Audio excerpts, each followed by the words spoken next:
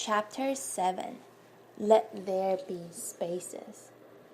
In Khalil Gibran's book, The Prophet, he said, "Let there be spaces in our togetherness, and let the winds of heavens dance between you.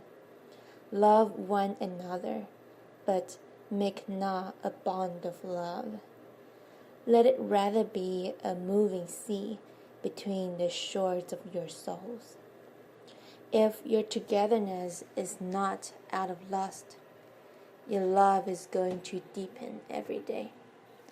Lust lessens everything, because biology is not interested in whether you remain together or not. Its interest is reproduction. For that, love is not needed. You can go on producing children without any love." I have been observing all kinds of animals. I have lived in forests, in mountains, and I was always puzzled. Whenever they are making love, they look very sad. I have never seen animals making love joyfully. It is as if some unknown force is pressuring them to do it. It is not out of their own choice. It is not their freedom, but their bondage that makes them sad. The same I have observed in man. Have you seen a husband and wife on the road? You may not know whether they are husband and wife, but if they are both sad, you can be certain they are. I was traveling from Delhi to Srinagar. In my air-conditioned compartment, there were only 2 seats, and one was reserved for me. A couple came, a beautiful woman and a young, beautiful man. Both could not be accommodated in that small compartment. So he left the woman and he went into another compartment. But he was coming at every station, bringing sweets, fruits, flowers. I was watching the whole scene. I asked a woman, "How long have you been married?" He said, "It must have been 7 years." I said, "Don't lie to me. You can deceive anybody else, but you cannot deceive me. You are not married." She was shocked. From a stranger who had not spoken, who had simply been watching, she said, "How did you come to know?" I said, "There is nothing in it. It is simple. If he were your husband, then once he had disappeared, he had come back at the station where you were going to get off. You would be fortunate." She said, "You don't know me. I don't know you. But what you are saying is right. He is my lover. He is my husband's friend." I said, "Then everything makes sense." What goes wrong between husbands and wives? It is not love, and everybody has accepted it as if he knows what love is. It is pure lust. Soon you are fed up with each other. Biology has tricked you for reproduction, and soon there is nothing new. The same face, the same geography, the same typography. How many times have you explored it? The whole world is sad because of marriage, and the whole world still remains unaware of the cause. Love is one of the most mysterious phenomena. About the love, the poet is speaking. You cannot be bored because it is not lost. Gibran said, "Let there be spaces in your togetherness. Be together, but do not try to dominate. Do not try to possess. and do not destroy the individuality of the other. When you live together, let there be spaces. The husband comes home late. There is no need, no necessity for the wife to inquire where he has been, why he is late. He has his own space. He is a free individual. Two free individuals are living together, and nobody encroaches on each other's spaces. If the wife comes late, there is no need to ask, "Where have you been? Who are you?" She has her own space, her own freedom. But this is happening every day, in every home. Over small matters they are fighting, but deep down the point is that they are not ready to allow the other to have his own space. Likings are different. Your husband may like something, you may not like it. That doesn't mean that it is the beginning of the fight, but because you're a husband and wife, your liking should able be the same. And all these questions, every husband returning home goes on his mind. What is she going to ask? How am I going to answer? And the woman knows that she's going to ask and what he's going to answer. And all those answers are fictitious. He's cheating on her. What kind of love is this? This is always suspicious, always afraid of jealousies. If the wife sees you with some other woman, just laughing, talking, that's enough to destroy your whole night. You will repent. This is too much just for a little laughter. If the husband sees the wife with another man and she seems to be more joyous, more happy, this is enough to create turmoil. People are unaware that they don't know what love is. Love never suspects. Love is never jealous. Love never interferes the other's freedom. Love never imposes on the other.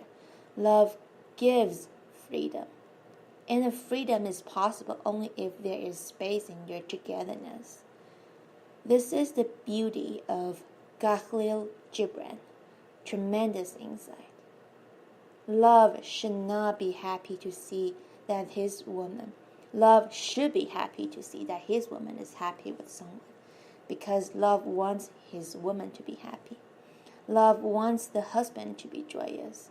If he is talking to some woman and feels joyous, the wife should be happy. There is no question of quarrel. They are together to make their lives happier, but just the opposite goes on happening. It seems as if wives and husbands are together just to make each other's life miserable. The reason is they don't understand even the meaning of love. But let there be spaces in your togetherness. It is not contradictory. The more space you give to each other, the more you are together. The more you allow freedom to each other, the more intimate you are. Not intimate enemies, but intimate friends. And let the winds of heaven stand between you. It is a fundamental law of existence that being together too much, leaving no space for freedom, destroys the flower of love. You have crushed it. You have not allowed a space to grow. Scientists have discovered that animals have a territorial imperative. You must have seen dogs pissing on this pillar, pissing on that pillar. You think it's useless? It is not. They are drawing the boundary. This is my territory. The smell of their urine will prevent another dog from entering. If another dog comes just close to the boundary, the dog whose territory it is will not take any note. But just one step more and there is gonna be a fight. All the animals in the wild do the same. Even a lion. If you don't cross his boundary, it is not going to attack you. You are a gentleman. But if you cross his boundary, then whoever you are, he is going to kill you. We have still to discover human beings' territorial imperative. We must have felt it, but it has not yet been scientifically established. Going in a local train in a city like Bombay, the train is so overcrowded. People are all standing. Very few have found seats. But watch the people who are standing. Although they are very close, they are trying every way not to touch each other. As the world becomes more overcrowded, more and more people are going insane, committing suicide, murders, for the simple reason that they don't have any space for themselves. At least lovers should be sensitive, that the wife needs her own space, just as you need your own space. One of my most beloved books is by Rabindranath Tagore, Akhari Kavita, the last poem. It is not a book of poetry. It is a novel, but a very strange novel, very insightful. A young woman and a man fall in love, and as it happens, immediately they want to get married. The woman says, only to one condition.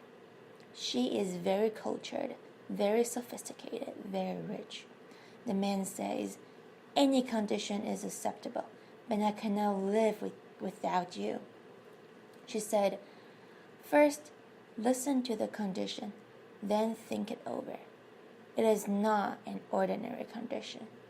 The condition is that we will not live in the same house. I have a vast land, a beautiful lake, surrounded by trees and gardens and lawns. I will make you the house on the other side, just the opposite from where I live. He said, then what is the point of marriage? She said, marriage is not destroying each other. I am giving you your space. I have my own space. Once in a while, walking in the garden we may meet. Once in a while, boating in the lake we may meet, accidentally. Or sometimes I can invite you to have tea with me, or you can invite me. The man said, this idea is simply disturbing. It's so weird. The woman said, then forget all about marriage. This is the only right idea. Only then can our love go on growing, because we always remain fresh and new. We never take each other for granted. I have every right to refuse your invitation, just as you have every right to refuse my invitation. In no way are our freedoms disturbed. Between these two freedoms grows the beautiful phenomenon of love. Of course, the man could not understand and dropped the idea, but Rabindranath, I cannot pronounce his name. But Rabindranath has the same insight as Khalil Gibran, and that they were writing at almost the same time. If this is possible, to have space and togetherness both, then the winds of heaven dance between you. Love one another, but make not a bond of love. It should be a free gift, given or taken, but there should be no demand. Otherwise, very soon you are together, but you are as apart as faraway stars. No understanding bridges you. You have now left the space even for the bridge. Let it rather be a moving sea between the shores of your souls. Don't make it something static. Don't make it routine. Let it rather be a moving sea between the shores of your souls. If freedom and love together can be yours,